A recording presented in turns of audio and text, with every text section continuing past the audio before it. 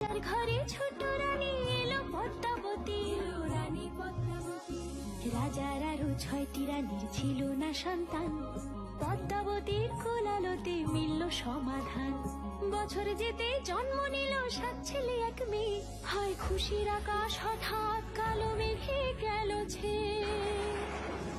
হিংসেতে যায় জ্বলে পুড়ে বাকি 6টি রানী, যুক্তি করে ঘটায় ওরা 7 কুমারের হানি।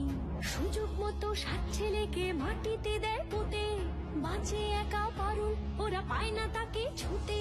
ধাইমা বাজায় সেই মেয়েকে বড় করে তোলে, 7 ভাইকে পায় যে পারুল 7টি চাপা ফুলে। এত কিছুর পরেও রাজার বিপদ যে কাটে না, সূর্য নগরে সুখের সূর্য আর ওঠে না। হিংসা বিবাদ বিচ্ছেদ আর প্রেমের কাহিনীতে পারুল বোন কি পারবে 7 ভাই চম্পাকে জাগাতে।